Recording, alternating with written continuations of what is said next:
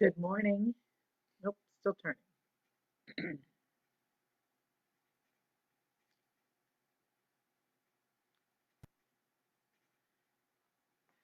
Good morning, boys and girls. I hope you have had a wonderful week. I miss you all.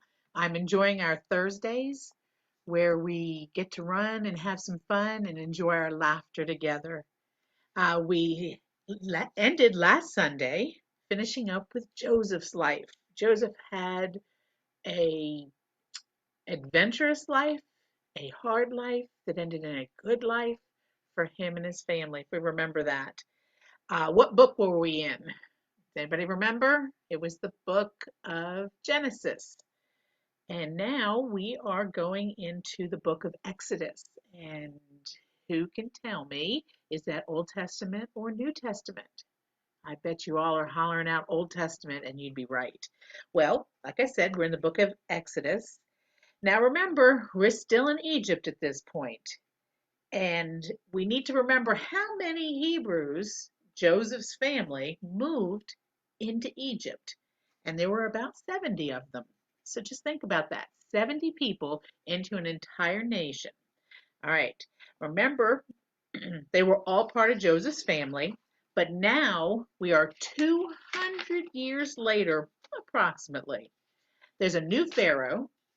Many pharaohs had come before him, but this was a new one who did not know anything about Joseph. He didn't know about Joseph's stories. He didn't know about the great things that Joseph had done for Egypt.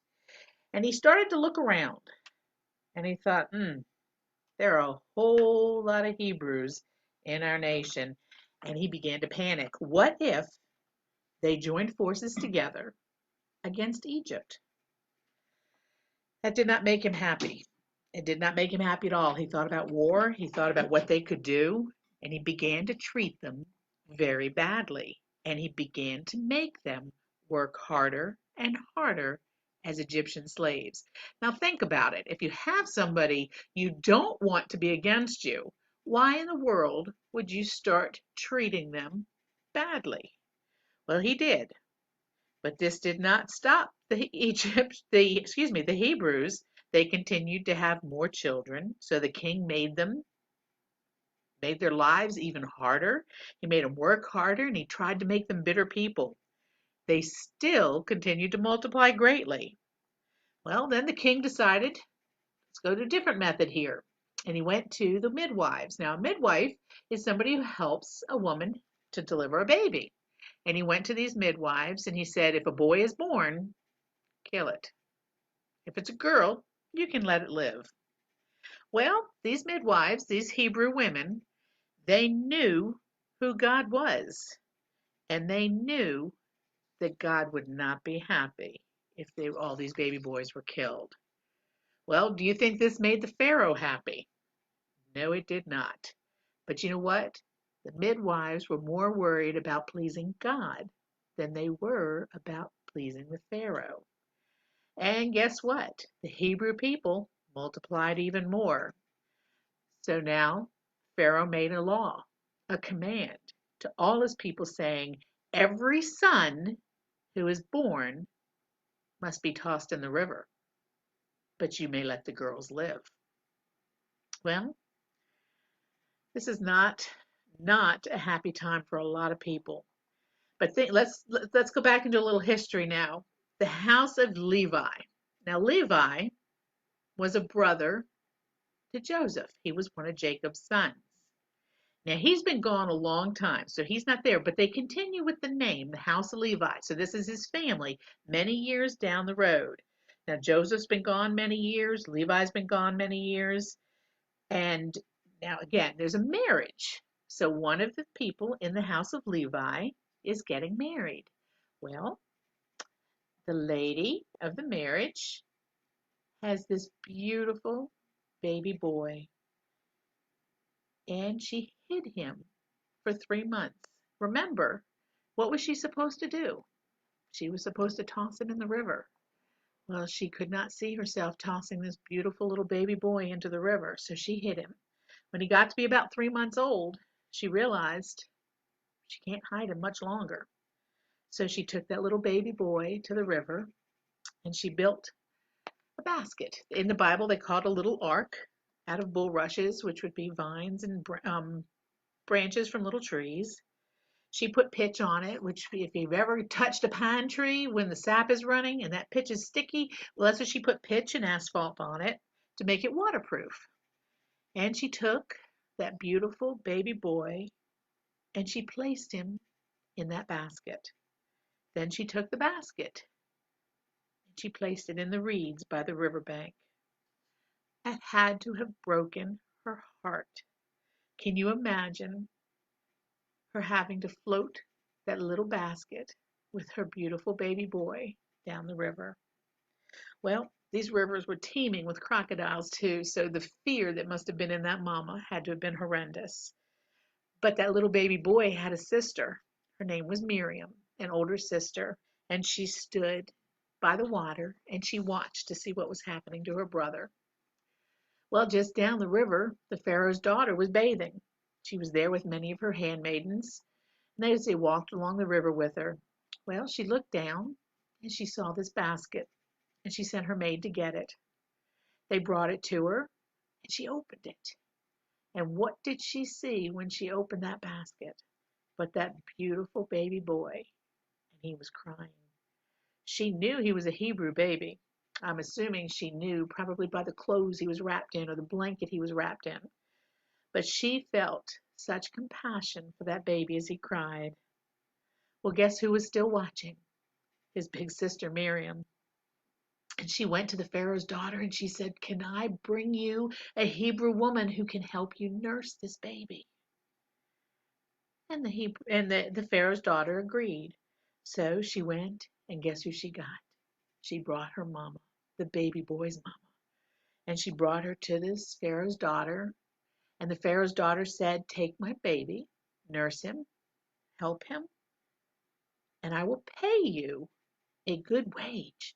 So here she is. She's put this baby in the river like she didn't want to, but she did it. He's now been brought into Pharaoh's home, and she gets to take care of him. She gets to nurse him, and she gets to see that baby boy live. Well, she did this, and later she brought this baby back to the Pharaoh's daughter after he had grown and was strong, brought him to, and he became the Pharaoh's grandson. The Pharaoh's daughter now had a son. Anybody out there guess what this baby boy's name was? Moses. That's right. And that name Moses means because I drew him out of the water, because that's what she did. Well, let's talk about a problem that Moses' mama had. She knew she couldn't hide that little baby, that beloved little baby from the Egyptians. She couldn't hide him forever. So she showed great wisdom and faith by literally obeying Pharaoh's command. She put her son into the Nile River, but she did it in a way that preserved his life. She trusted God to look after him.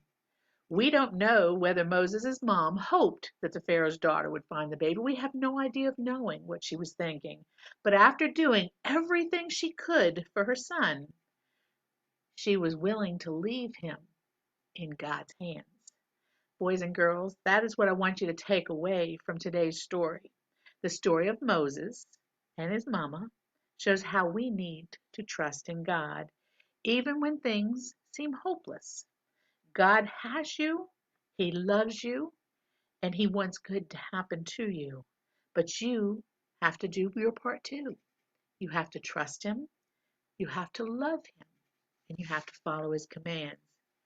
Now, Israel had been delivered from famine along with Egypt and the surrounding nations through a dream that was interpreted by Joseph. And God had prepared him as a young boy. Israel now had about 200 years of peace, and they multiplied. Let's talk about those numbers that we said. They came into Egypt with 70 people, and now their numbers were at 2.5 million people. Then came this Pharaoh who didn't know what Joseph had done. He didn't know his story. He didn't know all the good that he had done for Egypt and all the people. And guess what? The Pharaoh who was in office when Joseph was there learned about Joseph's God. He learned about our God. Well, this new Pharaoh, 200 years later, he didn't know who God was. He didn't know that God was preparing a deliverer for the Hebrew people. He used a young boy, Joseph, and now he's prepared a baby. This beautiful baby boy, Moses. He's prepared him to deliver his people. Now, think about that. A lot of times we say, oh, they're just kids, they're just boys and girls. But guess what? God uses boys and girls to do great things for his kingdom. He may not do it until you're a little older, but he grows you up in his word. He grows you up and he loves you. And if you follow him, he will do great and many things with you too. Well, boys and girls, we're going to stop here now. And next week, tune in and we'll bring you more of Moses' story. Moses as he's all grown up. Boys and girls, I love you. I miss you. And I hope you have a wonderful week. Goodbye.